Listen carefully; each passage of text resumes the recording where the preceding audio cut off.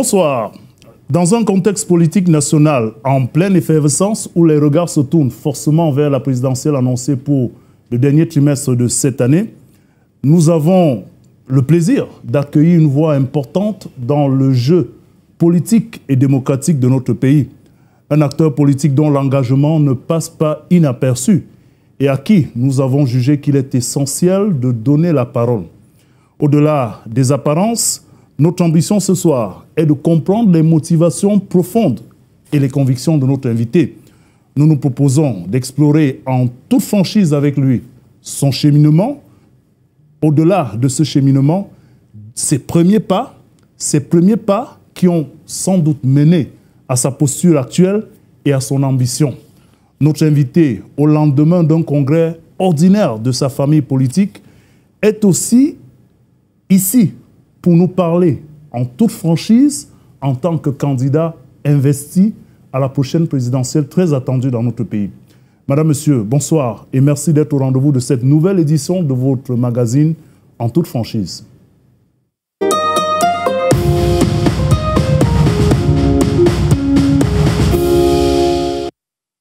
Vous l'avez certainement compris, nous avons le plaisir de recevoir ce soir le premier secrétaire du Parti uni pour la rénovation sociale, le PURS, Serge Espoir Matomba. D'aucuns diraient qu'on n'a plus besoin de le présenter.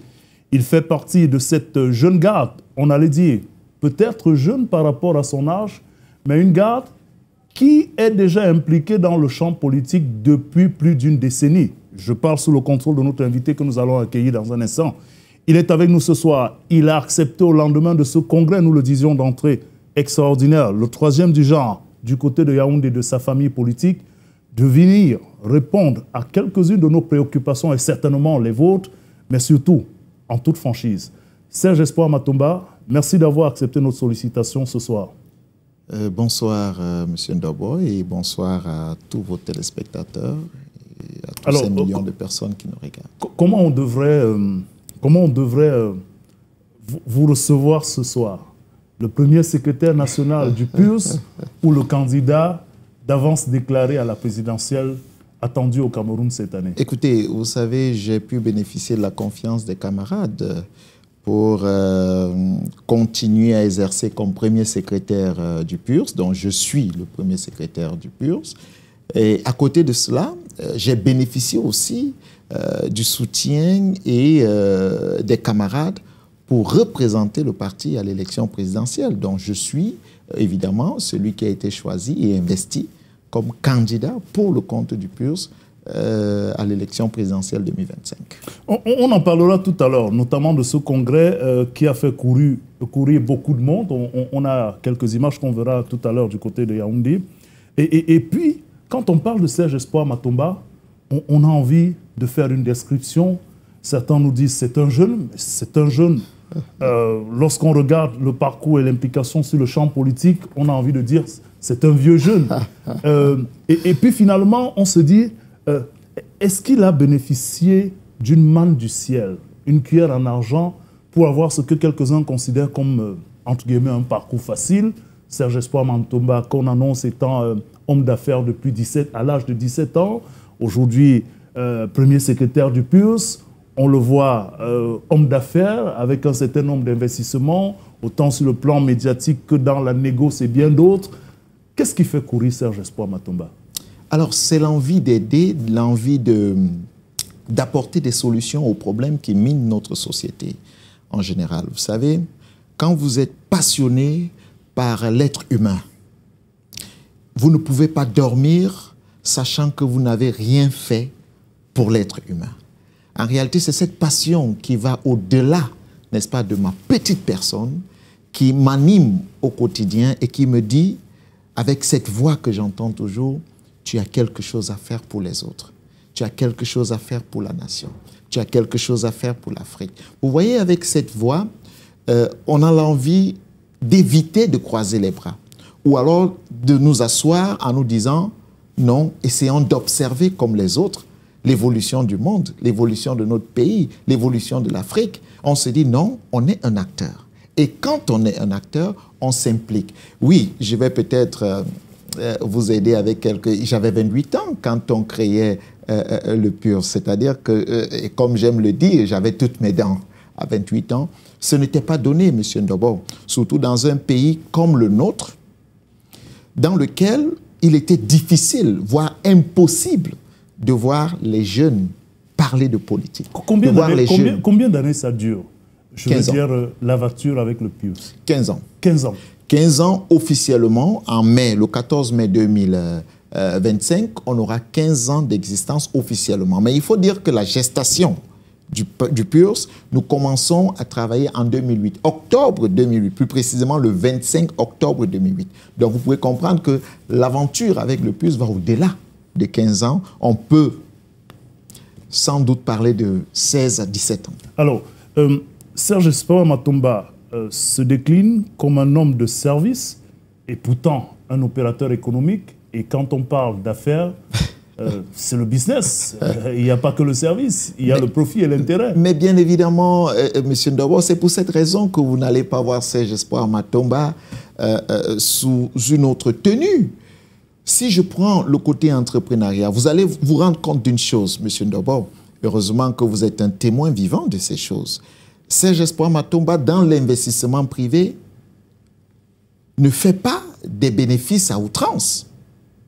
Il travaille, il met sur pied des structures qui répondent à un besoin d'une société, d'une collectivité, et il engage, il embauche des personnes capables de travailler dans ces domaines. Mais alors, ça devait être le corps d'un homme d'affaires. C'est rien d'exceptionnel dans la mesure où les bénéfices sont tirés par le promoteur que je suis. Sauf que les bénéfices de mes entreprises sont redistribués aux collaborateurs qui, eux, produisent ces bénéfices. Vous voyez donc la différence. C'est-à-dire, je pourrais dire, en tant qu'opérateur économique, non, dès que je tire des bénéfices d'une de mes structures, ce que je fais, je m'achète je ne sais pas trop quoi, je fais je ne sais pas trop quoi, ce que les autres ont l'habitude de faire. Mais ce n'est pas le cas, M. Ndobo, parce que je pense que s'il y a des gens qui travaillent, ces gens méritent, n'est-ce pas, les dividendes de leur production.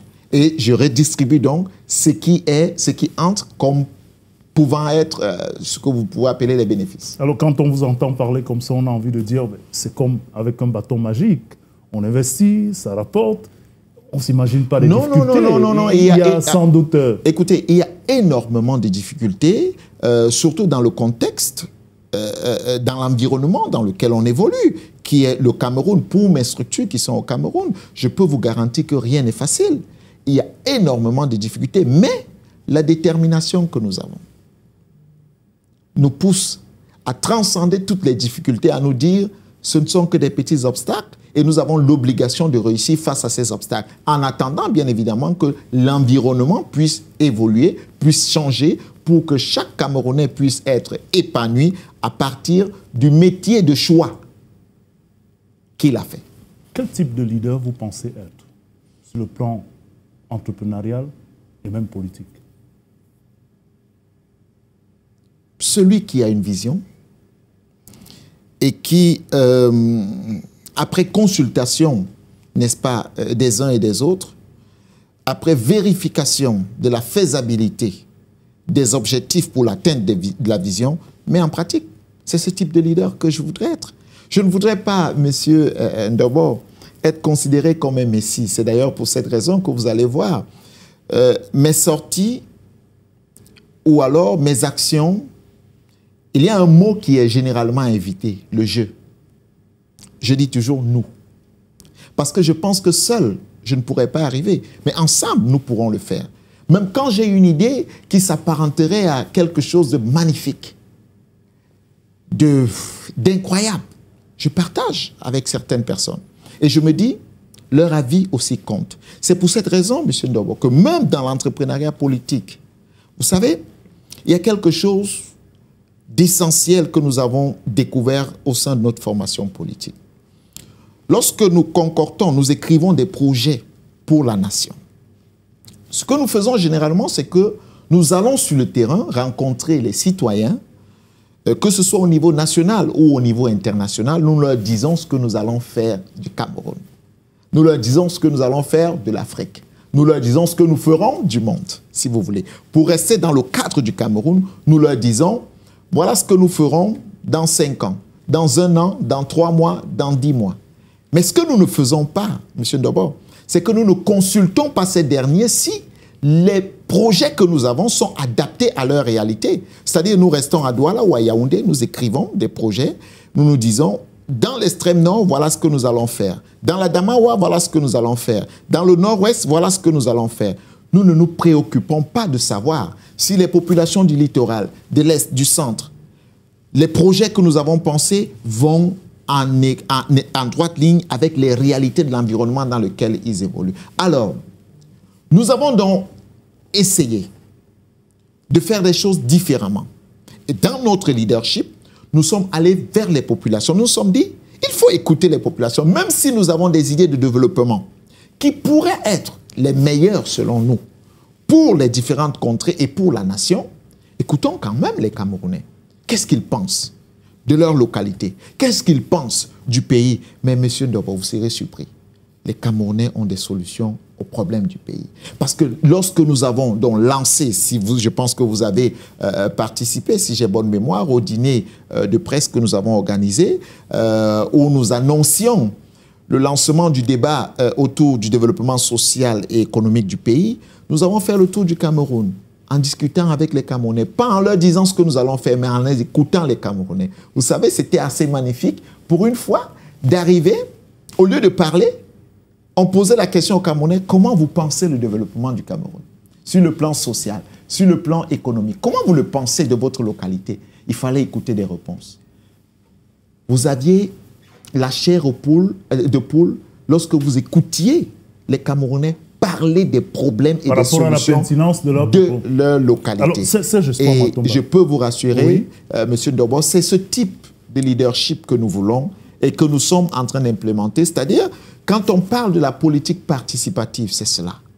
Alors, dans cette politique participative à laquelle vous êtes arrivé aujourd'hui, on voudrait bien se poser la question de savoir qu'est-ce qui amène un homme d'affaires qui dit comme vous, qui a ses activités avec des revenus que vous jugez pas Monsieur Ndobo, ne me confinez pas, à se retrouver dans le champ que vous-même vous dites je suis un entrepreneur politique et un entrepreneur économique. Lorsque vous me renfermez dans l'entrepreneuriat économique, vous limitez... Savoir, hein. Non, permettez-moi, je vais vous répondre. Comment vous êtes parti? Qu'est-ce qui vous a motivé à vous retrouver dans l'entrepreneuriat politique? Oui, mais écoutez, je vous ai déjà donné autant d'arguments qui m'auraient motivé, n'est-ce pas, à atterrir sur le champ politique. L'aide, l'apport, la contribution pour la construction et le développement. Parce que quand vous regardez ce qui se passe autour de nous, vous vous dites quand même, il y a des problèmes sérieux. Vous savez, je pourrais vous donner plusieurs exemples qui vous démontreraient, ou alors qui vous démontreront mon engagement, les motivations, puisqu'elles sont nombreuses, de mon engagement politique. Mais je vais vous dire une chose, c'est qu'en tant que citoyen, l'obligation qui est mienne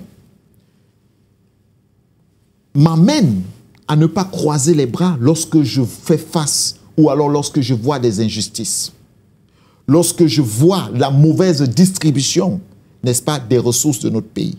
La mauvaise exploitation des ressources de notre pays. Lorsque je vois comment les valeurs ont été complètement détruites.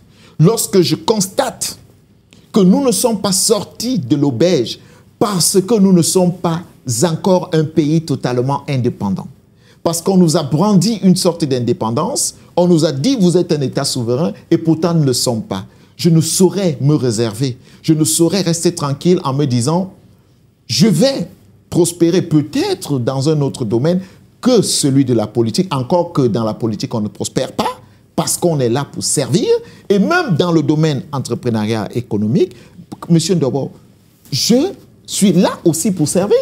Je vais aller plus loin en vous disant que la politique a besoin de beaucoup de moyens. Je ne suis pas contre ceux qui ont plusieurs chemins pour avoir des moyens pour financer leurs activités politiques. L'entrepreneuriat économique, vous êtes pour l'entrepreneuriat politique, c'est ça que vous allez dire? Mais moi, mon déploiement économique me permet de financer en partie mon déploiement politique. Alors, Serge Espoir Matomba, 15 ans, disons officiellement, que vous engagez le plus avec certainement vos camarades et les militants de cette formation politique dans un projet de rénovation sociale. Qu'est-ce que vous faites aujourd'hui comme bilan 15 ans après? Est-ce que vous avez réussi à faire bouger les lignes de ce que vous déplorez dans cette perte de repères, dans cette perte de valeur, dans cette gouvernance que vous tensez? Est-ce qu'en 15 ans, vous avez l'impression que vous avez fait avancer les choses? Beaucoup, ou bien beaucoup, Monsieur Ndebo. Nous avons beaucoup fait avancer les choses. Je vais commencer par la première révision du code électoral, si vous voulez, en 2012. Si vous vous rappelez bien, nous avons mené ce combat avec d'autres pairs politiques et même si nous n'avons pas eu la modification complète comme nous l'attendions, au moins la révision est arrivée et nous avons continué, nous ne sommes pas arrêtés là. La deuxième chose, Monsieur Ndebo, nous avons toujours plaidé le renouvellement de la classe politique au Cameroun. Aujourd'hui, nous voyons des jeunes un peu partout dans presque plusieurs formations politiques. Mais dans le temps, si vous vous souvenez encore des années 2010, nous étions les seuls. Mais aujourd'hui, nous nous réjouissons de voir les jeunes engagés. Donc, mais nous ne disons pas, nous ne réclamons aucune paternité de ce qui se passe, mais nous disons que c'est notre contribution au développement. Et il faut être fier aujourd'hui de la scène politique que nous avons. Au mieux, Monsieur Ndebo, en 2014, le Cameroun voulait signer des accords de partenariat économique, ratifier des accords de partenariat économique. Nous avons saisi le président de la République, le Parlement. Nous n'avons pas eu de retour. Nous avons décidé de mener une grève de la faim que vous connaissez. Je crois que, journaliste de votre État, à l'époque, vous avez couvert cela. Pour dire non à cette ratification des accords de partenariat économique. Nous disions à l'époque, en 2014, en juillet... Et pourtant, nous disions que notre tissu économique n'est pas prêt. Ce sont des accords de dupes. Mais alors, les économistes les plus brillants du Cameroun nous ont démontré sur des plateaux, des ministres et autres, nous ont dit non, vous êtes dans l'erreur, vous ne comprenez pas, c'est vous qui ne comprenez pas. Aujourd'hui, où en sommes-nous? Ce sont les mêmes. À quoi votre action a... Écoutez, ce sont les mêmes d'hier qui disaient tout va bien, ça ira, qui pleurent aujourd'hui, qui nous démontrent que le Cameroun perd en milliards. Au mieux. Je vais poursuivre avec des actions parce qu'elles sont nombreuses et elles ont eu des résultats, si vous voulez, positifs à la longue. Elles ont au moins facilité la compréhension de plusieurs. Vous savez, lorsque nous avons commencé à questionner l'état civil camerounais, lorsque nous avons dit qu'il est inadmissible que dans un pays comme le nôtre, plus de 50% de la population n'ait pas d'acte de naissance. Des gens se sont dit, mais est-ce que ce que M. Matomba et le PUS disent, c'est une vérité?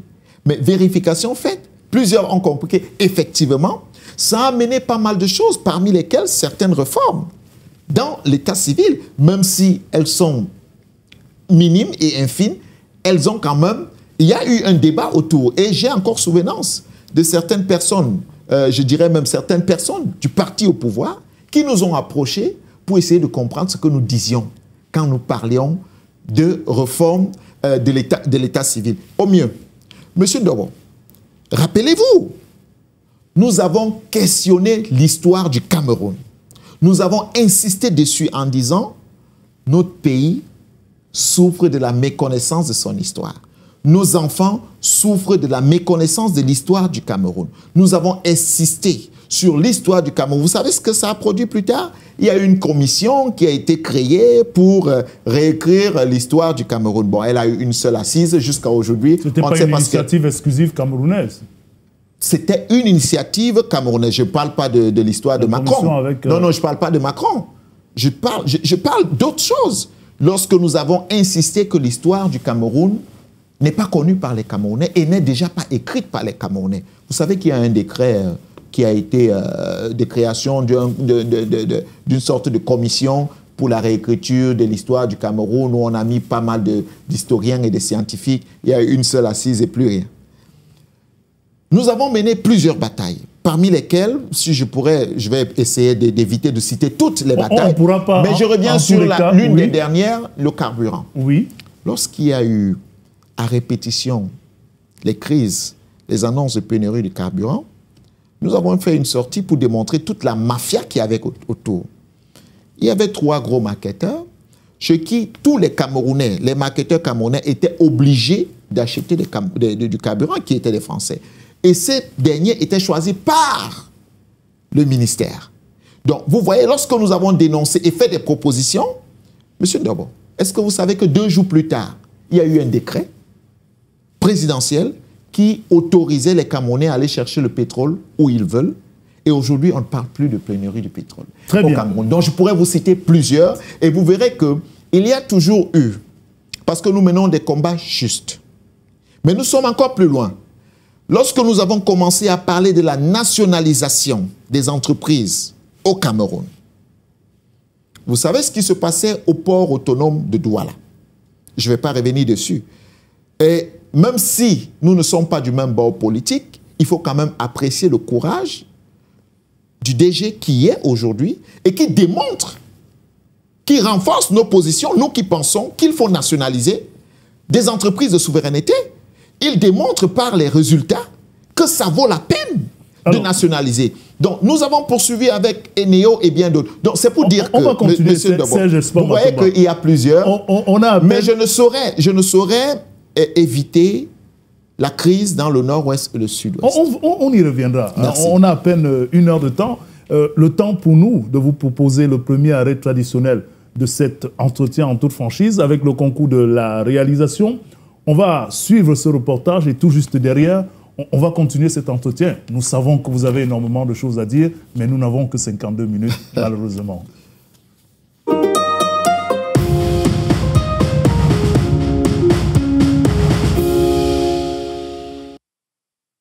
Du beau monde au Palais des Congrès de Yaoundé ce samedi 5 avril 2025. À 6 mois de l'élection présidentielle, le peuple uni pour la rénovation sociale affûte ses armes. Le 3e congrès ordinaire du PURS rassemble des militants de la base au sommet, sympathisants, leaders politiques, acteurs de la société civile et autorités traditionnelles. Fait majeur à l'issue des travaux, l'investiture de Serge Espoir Matomba comme candidat du parti pour le compte de l'élection présidentielle de 2025. Le premier secrétaire du PURS reçoit une fois de plus la confiance des délégués. Ces derniers le positionnent comme une alternative sérieuse au pouvoir en place. Serge Espoir Matomba, une figure qui incarne l'espoir, semblait dire les leaders politiques invités au Congrès. Même les Saintes Écritures, la Bible, mais j'ai l'équivalent également dans le Coran, qui, elles disent que la beauté de la jeunesse, c'est sa force. Serge Espoir Matomba est un homme qui est né avec la seule ambition, la seule compétition et le désir de toujours manifester cette détermination. Le porte-étendard du PURS a profité pour décliner les axes majeurs de son programme de société. Entre autres, l'instauration de 5 régions, l'adoption d'une nouvelle monnaie et la pratique d'une langue unique. De manière générale, le PURS milite pour l'acquisition d'une véritable souveraineté du Cameroun. Qui sommes-nous en tant que Camerounais? Sommes-nous des anglophones ou des francophones? Alors je voudrais vous dire une chose. Au lendemain de notre arrivée au pouvoir, il n'y aura plus d'anglophones et de francophones dans ce pays, mais il y aura un Camerounais. Pour les 7 prochaines années, le parti est donc paré pour présider aux destinées du Cameroun. Après la participation à la dernière élection de 2018, Serge Espoir Matomba se positionne dans l'espoir de faire de ce nouveau coup un coup de...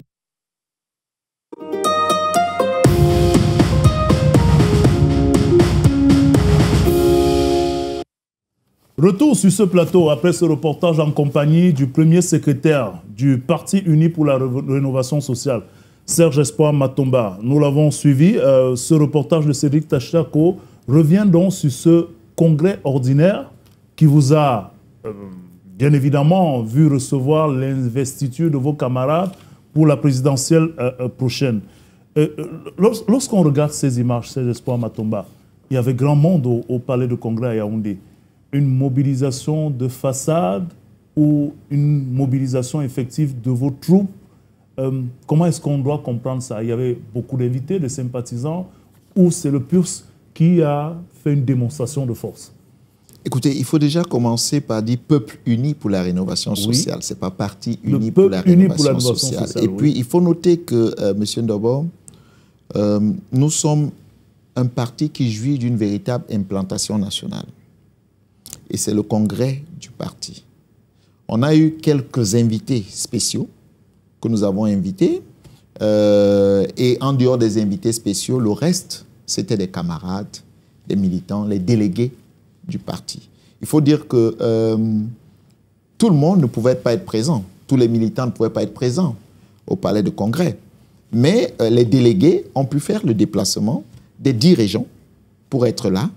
Et ce sont les délégués que vous avez vus en dehors des invités spéciaux il y avait des leaders politiques, quelques leaders de la société civile qui ont été invités. Donc voilà, c'était ça le congrès.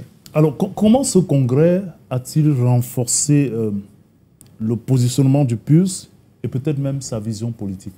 Il faut dire que le congrès, la convocation du congrès avait certains objectifs précis. On devait revoir les tests, tous les tests du parti, les statuts, règlements intérieurs, le code déontologique. Et on devait, n'est-ce pas, affirmer, parce qu'il y a eu une restructuration du parti qui a duré 2 ans. Pendant 2 ans, on a travaillé sur le terrain pour avoir, si vous voulez, des nouveaux dirigeants de nos différentes structures du parti. Avoir des nouveaux militants du parti. Apprendre et enseigner ce que c'est que l'engagement politique aux uns et aux autres. Donc on a pris 2 ans pour rééduquer non seulement les militants qui étaient déjà dans le parti, mais pour éduquer les nouveaux militants qu'on avait. Et l'aboutissement donc de cela, c'était les nouveaux leaders qui devaient se consolider à la suite de ce congrès. Donc après la révision des textes, il faut le dire, le congrès ne s'est pas tenu uniquement le 5 avril. Le congrès a commencé du 3 au 5 avril. C'est pour dire que, si je vous prends un premier exemple, le 3, M. Ndobo, après avoir commencé les travaux à 8 heures, nous avons terminé les travaux à 5 heures du matin. Le 4, nous avons terminé les travaux à 5 heures du matin. Et le 5, vous voyez, quand vous observez très bien, vous allez voir qu'il y avait beaucoup d'air de fatigue parmi certains congressistes, parce qu'en réalité, c'était pratiquement plusieurs nuits sans pouvoir dormir. Et dans ce qui a été fait, je vais prendre juste des grandes lignes. La substance. Je vais prendre des grandes lignes. Résolution principale. Il faut noter que même la devise du parti a été reformulée. On est parti de honneur, justice, prospérité à souveraineté, justice, prospérité. Vous insistez sur la souveraineté? Bien évidemment, parce que le constat est amer. Monsieur Ndobo, je pense qu'on va revenir dessus tout à l'heure.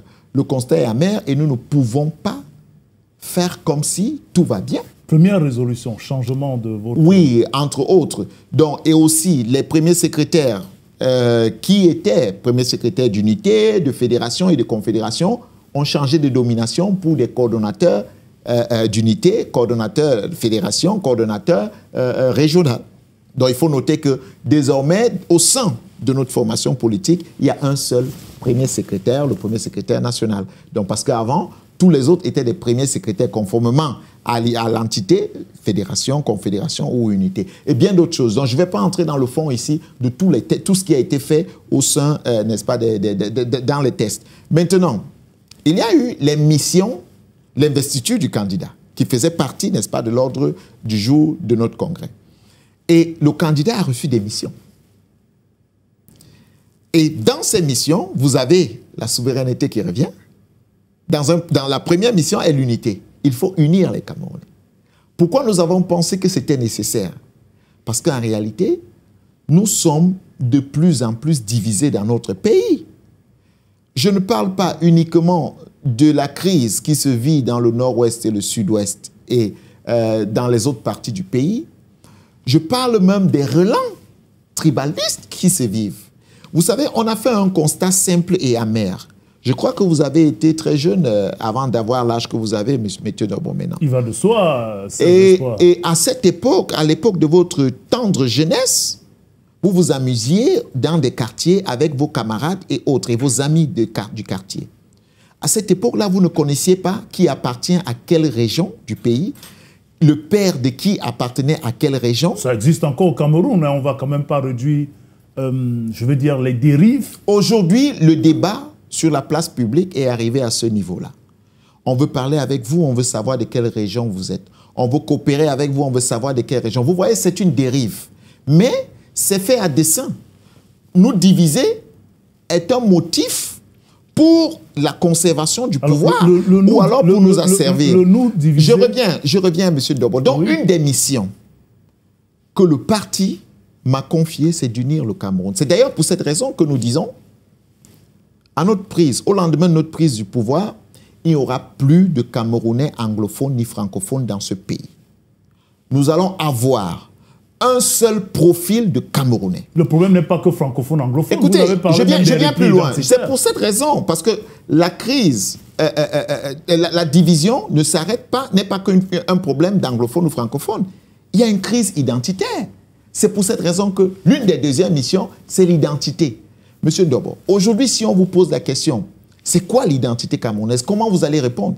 Vous donnerez toute explication, sauf celle qui mérite d'être faite. J'anticipe Serge Espoir Matomba, parce que plus tard... vous ne me laissez pas finir... Non, vous allez y aller. Plus tard, j'allais peut-être vous demander comment vous comptez aborder cette question de repli identitaire et de conflit. Le parti vous donne une mission, et comment vous menez cette mission, avec quels ingrédients? Quelle est la solution que vous apportez à cette problématique? Elle est simple. Après avoir refondé la Constitution et introduit dans la Constitution qu'il n'y a qu'un seul Camerounais, pas un Camerounais anglophone et francophone, nous allons adopter ce que nous appelons une langue nationale.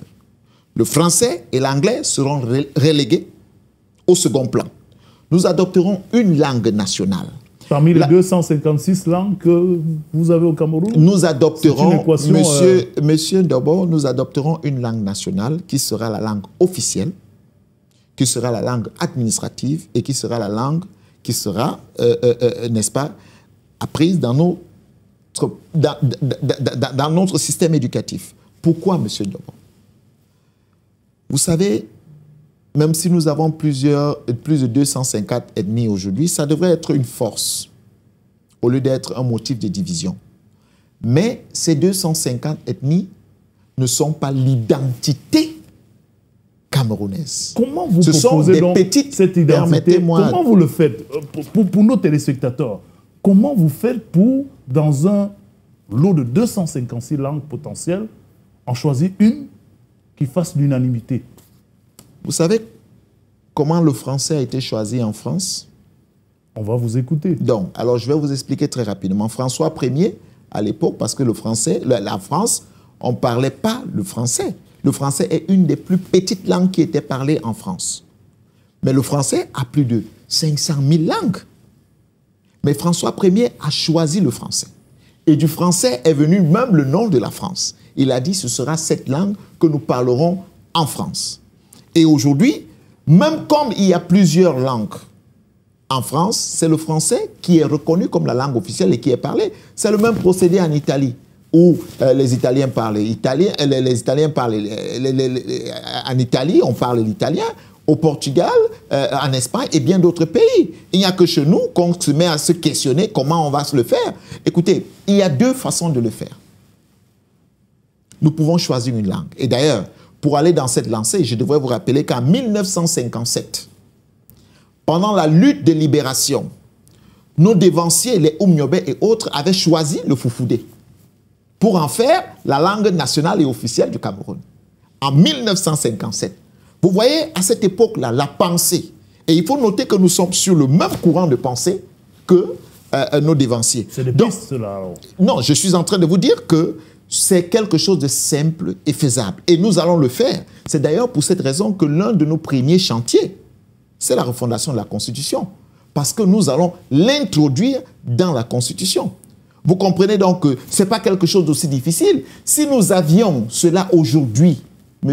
Ndobo, ce que nous vérifions là, Quand des gens vous disent, pour un concours public, vous n'avez que les gens de telle région. Quand les gens vous disent que dans une entreprise privée, vous n'avez que des gens de telle région, on ne serait pas là aujourd'hui. Parce qu'au moins, on se regarderait comme des frères, d'expression d'une même langue, au-delà de nos appartenances ethniques. On se regarderait comme des frères appartenant à une même identité. Donc, il faut redéfinir donc l'identité camerounaise au lieu de surfer sur ce legs colonial qui nous a été donné. Vous pensez que la langue va résoudre tous ces problèmes identitaires que nous vivons, l'adoption d'une langue commune? Bien évidemment, monsieur Ndobor. Et puis, il faut noter qu'une nation, dans une définition aussi simple et basique, c'est un territoire et une langue. Aujourd'hui, nous pouvons nous réclamer d'avoir un territoire, mais pas une langue. Nous sommes des produits de ce que nous allons appeler de la colonisation et nous nous battons, nous nous divisons pour cela. Parce qu'en réalité, comme on le dit, en 1884, on n'avait pas deux Cameroun, on avait un Cameroun. Mais après la Deuxième Guerre mondiale, 1914 et autres, le Cameroun a été partitionné. Et comment vous vous identifiez aujourd'hui, M. Ndobor? Êtes-vous un Camerounais francophone ou un Camerounais anglophone? En tout cas, je préfère être un Camerounais. Alors, Serge Espoir Matumba. Alors, il faut créer cette identité camerounaise. Il faut la consolider.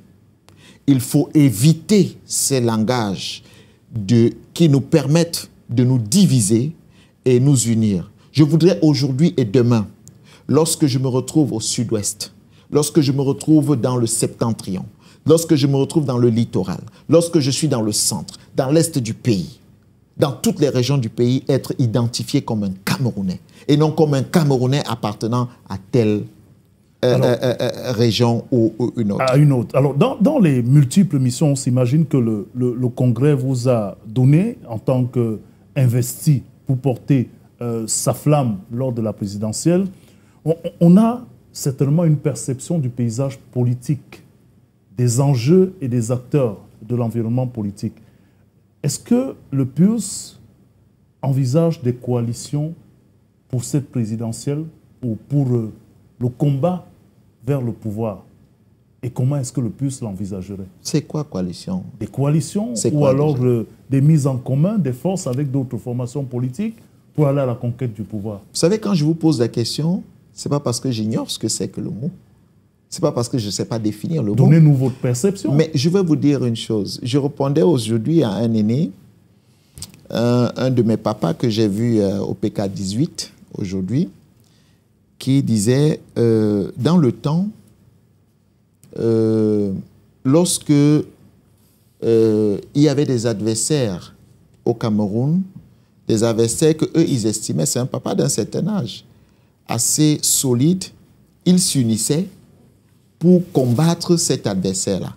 Et il me posait la question de savoir, il disait, mon fils, pourquoi il est difficile pour vous de vous unir? Je lui ai dit, papa, il n'est pas difficile pour nous. C'est d'ailleurs notre souhait. Sauf que, il faudrait qu'on sache et qu'on définisse qui est notre véritable ennemi en face. Ou alors, notre véritable adversaire. Je vais m'expliquer pour que nous puissions, et les téléspectateurs puissent me comprendre très bien. Vous savez, certaines personnes, et c'est d'ailleurs une des missions que le parti m'a confiée, la souveraineté. Je vais revenir dessus. Certaines personnes pensent, à tort ou à raison, que notre adversaire, c'est M. Biya, le président Paul Biya. Je dis bien à tort ou à raison. Mais je le dis devant vous et devant le peuple camerounais. M. Biya n'est qu'un enjeu de l'adversité que nous avons. J'arrive. Il n'est qu'un enjeu de l'adversité que nous avons. N'oubliez pas que M. Biya fait partie d'un héritage. C'est cet héritage qui nous divise aujourd'hui. C'est cet héritage qui a partitionné le pays aujourd'hui. L'héritage ojulatiste. Après le président Aïdjo, on a mis M. Biya.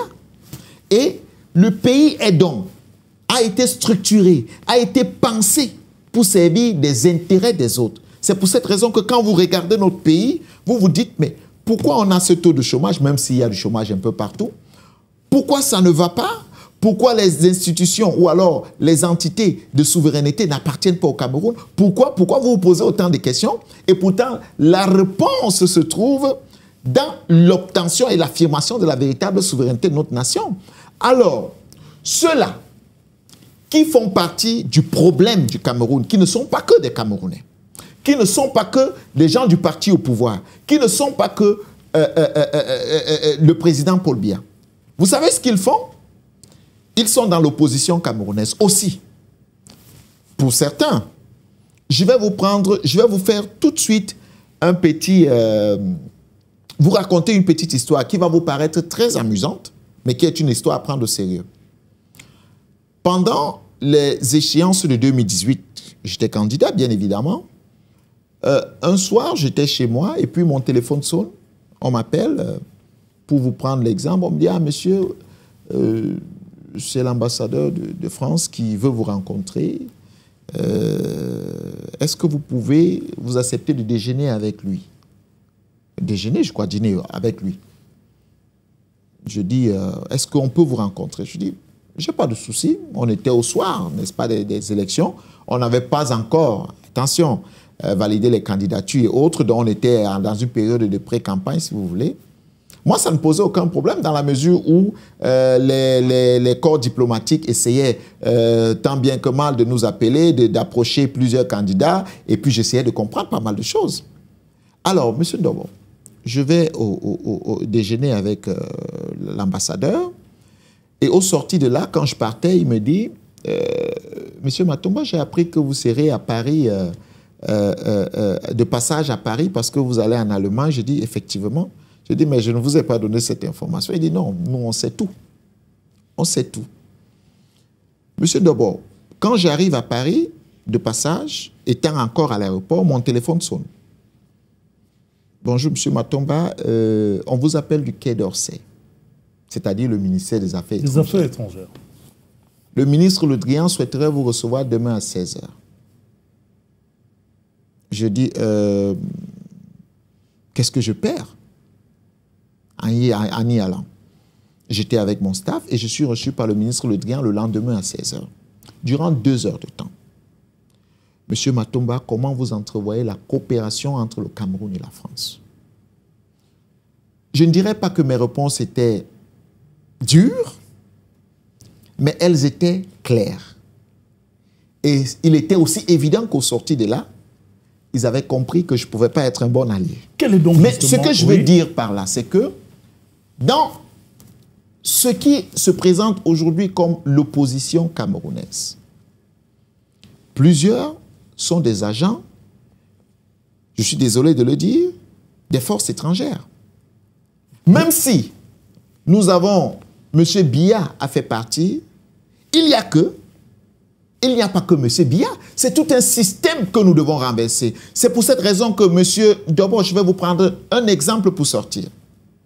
Il y a des questions qui sont liées à l'actualité ou à la vie de notre nation que vous ne verrez jamais, ou alors certains leaders politiques aborder, parce que les maîtres, entre parenthèses, les maîtres, entre parenthèses, qui les motivent ou alors qui les tiennent derrière, leur disent ce sont des questions sur lesquelles vous ne devez pas tabler. Je prends la question de l'homosexualité. C'est un exemple. Oui, nous disons, et je l'ai dit depuis toujours, pas aujourd'hui, l'homosexualité restera interdite, ou alors au Cameroun. Nous sommes clairs là-dessus. L'homosexualité ne fait pas partie de nos gènes, de nos habitudes, de nos traditions, de notre culture. Ceux qui sont prêts, n'est-ce pas, ou qui se lancent dans cette pratique, peut-être nous les aiderons à partir du pays pour qu'ils retrouvent les pays dans lesquels ils se sentiront beaucoup plus à l'aise. Mais M. Ndobo, lorsque je l'ai dit, je le dis plus présentement avec certains mots, combien de leaders politiques avez-vous entendu parler? Parce que si vous parlez, l'Union européenne va vous taper dessus. On va vous dire, évitez ce sujet parce que c'est la liberté de. Donc, autant d'autres choses. Donc, je voudrais vous dire une chose pour sortir de là. La souveraineté de notre État fait partie des missions que nous avons. Et parce que la souveraineté de notre État fait partie des missions que nous avons, les préoccupations de notre peuple passeront en premier avant les intérêts des autres. Ça veut dire que c'est nous, nous, les Camerounais, qui fixerons non seulement les priorités, mais le degré de coopération que nous aurons avec tout pays. C'est entendu. Deuxième arrêt de cette émission avant la dernière dorsale qui va nous permettre de clore cet entretien. C'est la parole donnée à quelques confrères qui vont vous poser des questions et nous allons embrayer tout de suite aussi avec la dernière dorsale de cette émission.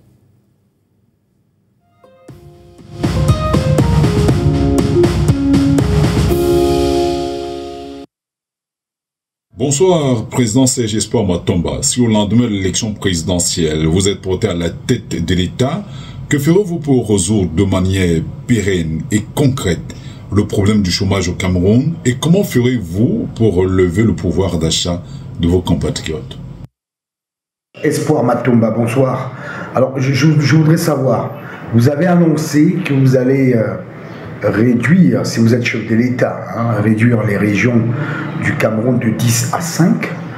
Je n'ai pas bien cerné quelle était l'approche. Avec 5 régions, vous pensez qu'on va réussir à exorciser tous nos débons et nous développer sur le plan économique et industriel?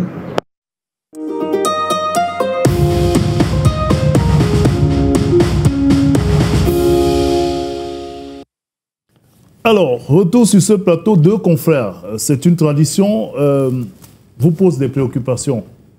La question de votre engagement sur le champ social avec Thierry Niopé, et ensuite votre intention de réduire à 5 régions le Cameroun, serait-ce la panacée aux problèmes socio-économiques que notre pays connaît? Il faut dire déjà dans le premier cas que l'affirmation de notre souveraineté permettra que nous puissions, sur le plan économique, créer des millions d'emplois. Je pourrais vous citer plusieurs exemples. Quand je parle d'affirmation, je pourrais prendre des exemples simples, M. Ndobo. Nous avons dans notre projet dit qu'en 5 ans, nous créerons 5 millions d'emplois. Il y a que, si nous créons une méthode de facilitation de l'implantation des entreprises, parce qu'il faut le dire, ce n'est pas que l'État qui va créer les 5 millions, l'État en créera, ça c'est sûr. Mais l'État, en tant que structure de régularisation, va faciliter, n'est-ce pas, l'implantation des entreprises. L'État va accompagner les entreprises. On a parlé de garantie souveraine qu'on mettra, n'est-ce pas, sur pied pour voir les entreprises naître et être encadrées. On parle de facilitation des exonérations, n'est-ce pas, des taxes de plusieurs entreprises qui auront employé un minimum de 5 employés. Mais il y a mieux. Les grandes entreprises au Cameroun aujourd'hui, lorsque vous les observez, vous vous rendez compte que la plupart ont des méthodes de fonctionnement qui obligent la fuite des capitaux. Donc, il est important de dire que, avec la nouvelle donne que nous mettrons sur pied sur le plan économique, parce que nous voulons une économie dynamique et une économie, si vous voulez, qui serait la mamelle nourricière de l'Afrique centrale et même une référence de l'Afrique en général, alors nous mettrons sur pied, n'est-ce pas, des méthodes de gouvernance qui pourront faire en sorte que, au lieu de 5 millions uniquement comme prévision en 5 ans, que nous puissions aller au-delà, mais surtout, pas que les entreprises naissent et disparaissent, mais qu'elles soient véritablement encadrées pour qu'elles puissent survivre ou alors vivre, n'est-ce pas, au choc qui pourrait arriver si jamais il y a des chocs. Alors, on reste dans cette optique-là, avec des questions cruciales comme celle de la gouvernance, la lutte contre la corruption, la décentralisation même, qui semble aujourd'hui être une approche pour ces solutions-là. Vous parliez dans votre discours et vous avez souvent répété votre ambition d'offrir une rupture par rapport à ce qui se fait. Comment cette rupture se matérialise? Alors, ce qu'il faut déjà noter, M. Ndobo, pour commencer, c'est que vos questions répondent effectivement à un système au système qui est en place. Maintenant, quand on va dans la rupture, c'est pour cette raison que j'ai dit et expliqué que dans notre projet,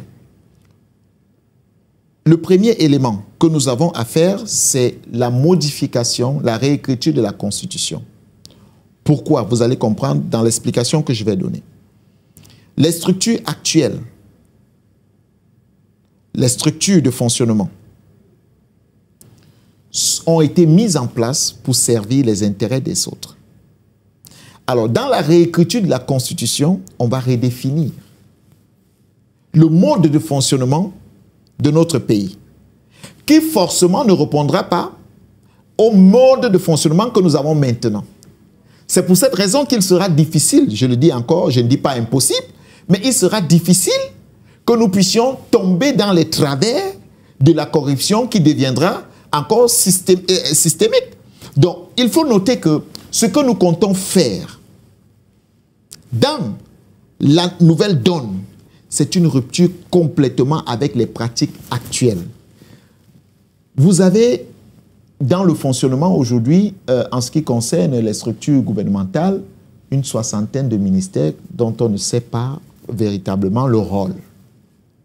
La réduction, on ne parlera pas de réduction de train de vie tout simplement, mais on parle de la réduction du nombre même de ministères, fera en sorte que nous puissions nous inscrire dans la nouvelle donne de rupture que nous avons pour pouvoir donc matérialiser le projet que nous avons pour les Camerounais. Donc vous comprenez qu'avec cela, il sera difficile, je le dis encore, que des Camerounais, parce que au-delà de la pédagogie, il n'y a que les textes, les lois qui seront arrêtées pour le fonctionnement du pays seront scrupuleusement respectées.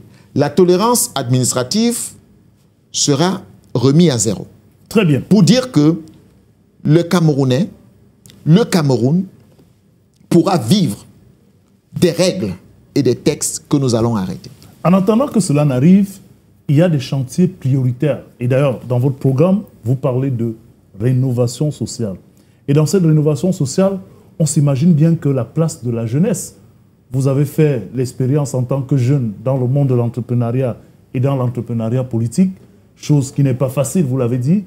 Comment permettre à cette jeunesse-là, non seulement de trouver sa voie, ensuite, la question du réarmement moral, vous parlez des valeurs qui sont perdues, et surtout celle du civisme des populations. Monsieur Ndabo, j'ai l'impression qu'on se parle, mais on ne se comprend pas. Quand vous dites en attendant que cela arrive, lorsque nous prenons les choses en main... C'est votre ambition. Non, ce n'est pas notre ambition. Notre ambition, c'est de ne plus vivre ça. En attendant que vous ne soyez au pouvoir. Non. Pour l'instant, vous ne l'êtes pas. Pour l'instant, nous ne le sommes pas. En attendant que cela n'arrive. Toutes les propositions que nous formulons, nous les formulons à qui? À ceux qui sont au pouvoir. Est-ce que ces derniers les appliquent? D'ailleurs... Peut-être aussi à vos compatriotes. Non, ce que il faut dire, M. Ndabo, c'est que nous parlons là pour les échéances à venir. Et au lendemain de notre arrivée au pouvoir, nous commençons à implémenter le programme de rupture que nous avons. Pour la jeunesse, donc. Ça veut dire... Pour la jeunesse. Ça veut dire... La morale, le civisme. Ça veut dire, M. Ndabo, que la refondation du système éducatif, qui a toujours été l'un des points fondamentaux de notre projet, sera effectif. Ça veut dire que nous n'allons pas utiliser les mots d'habillage comme le réarmement moral, parce que dans le nouveau système éducatif, tout y sera. Ce n'est pas un réarmement. Nous allons préparer les Camerounais à devenir des vrais citoyens. Nous allons préparer les Camerounais à respecter ce que c'est que la nation dans le nouveau système éducatif. Nous allons préparer les Camerounais à respecter les textes et lois du pays. Monsieur Ndabo, c'est ce que nous sommes en train de dire. C'est-à-dire que, vous savez, il y a plusieurs Camerounais qui estiment que le passage du pouvoir actuel à un autre, il faut une transition. C'est une bonne idée. C'est une option. C'est une option. Sauf que nous disons, au lieu d'une transition, nous arrivons pour implémenter un projet de rupture. Donc nous n'allons pas voir le Cameroun tel que vous le voyez ou résoudre les problèmes du Cameroun comme vous les proposez présentement. Pas nous. Pas vous. Voilà. C'est-à-dire que je ne parle pas de vous, voilà. Monsieur Christian Ndabo. Je parle d'une certaine partie des Camerounais. Donc je veux dire que nos solutions ne seront pas des solutions questionnables dans un système comme celui actuel. Nous allons au-delà. Parce que nous venons avec quelque chose de nouveau. C'est-à-dire un Cameroun nouveau pour un Camerounais nouveau. Très bien. Qui, lui, est déjà défini. Et on sait comment il faut avoir ce Camerounais-là. Avec votre projet. Alors, puisqu'on va sortir de cet entretien, on aurait 2 heures, 3 heures et même toute une journée que le projet de rénovation sociale serait toujours en train d'être expliqué. Moi, je voudrais, pour sortir de cet entretien, Serge Espoir Matomba, vous poser 2 questions. Nous sommes à la veille d'une présidentielle qui fait courir et vous avez déjà été investi comme étant porte-étendard de votre parti. Si on vous posait la question de savoir quel message vous pouvez donner à vos compatriotes et aux potentiels électeurs, en tout cas on n'en est pas encore là, mais surtout, pourquoi vous pensez que vous êtes le bon choix que devraient faire vos compatriotes? Avant de répondre, permettez-moi de répondre à votre confrère qui a posé la question sur les régions. Oui. Il faudrait peut-être que je lui dise que le découpage administratif que nous avons aujourd'hui n'est pas un découpage administratif qui a été fait par les Camerounais. On a divisé le Cameroun, on a divisé les Camerounais et puis on nous a donné, vous savez, les provinces sont devenues les régions plus tard et puis tout ce que vous voulez. Mais quand on regarde le Cameroun, on n'a pas besoin d'avoir toutes ces régions. C'est pour cette raison que nous disons le nouveau découpage administratif du Cameroun sera fait par les Camerounais, par nous, et nous avons donc proposé qu'il partira de 10 à 5 régions. Sur quoi au mieux. S'appuieront ces 5 régions? Écoutez, nous sommes dans un regroupement des grands ensembles, M. Ndobo. Il n'est pas propre au Cameroun, il n'est pas unique au Cameroun. Nous sommes dans le regroupement des grands ensembles pour une véritable dynamique. Donc il faut savoir qu'aujourd'hui, nous avons plusieurs éléments qui nous permettent de dire nous n'avons pas besoin d'avoir 10 régions.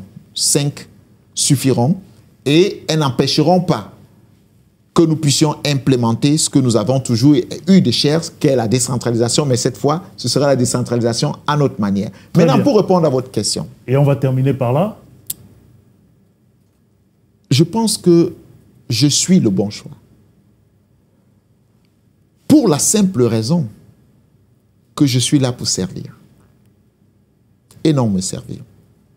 Pour la simple raison que j'ai appris à connaître les problèmes des Camerounais. J'ai appris à vivre les problèmes des Camerounais. On n'est pas encore en campagne pour le... Écoutez, vous m'avez posé une question, hein, oui, simplement. Vous posez la question, vous ne voulez pas que je réponde. mais... Pour la simple raison que j'ai appris à connaître les Camerounais et les problèmes du Cameroun. Pour la simple raison que j'ai appris à connaître le fonctionnement mondial, le fonctionnement de notre Afrique. Pour la simple raison que je crois que c'est le Cameroun qui sera l'exemple de l'Afrique, qui montrera le chemin d'une véritable souveraineté adoptée qui se développera rapidement que les autres États. Parce que le Cameroun est un pays doté d'immenses richesses. Quand je parle de richesse, je parle d'abord de la richesse humaine, qui est une richesse qualitative, qu'il n'a jamais été mise à profit pour le Cameroun. Pour la simple raison, M. Ndobo, que nous la mettrons à contribution, je crois que le Cameroun sera le premier en Afrique. Très bien. C'est tout ce qu'on peut vous souhaiter de mal, que ce rêve se réalise pour le bonheur de nos compatriotes. En attendant, nous, on veut vous dire merci d'avoir accepté notre sollicitation ce soir, Serge Espoir Matomba. Investi en tant que candidat à la présidentielle, nous vous souhaitons très bon vent dans ce chantier. C'est moi qui vous remercie, M. Ndobo, pour la sollicitude. Madame, Monsieur, merci d'avoir été au rendez-vous de cette autre édition de votre programme. En toute franchise, il était avec nous, Serge Espoir Matomba, premier secrétaire du Peuple uni pour la rénovation sociale. Merci à toutes les équipes rédactionnelles et techniques, à la réalisation Arthur, Yann, Ulrich Chausson, toute la rédaction qui a préparé cette édition. Prenons rendez-vous pour une prochaine édition avec un autre invité et toujours en toute franchise.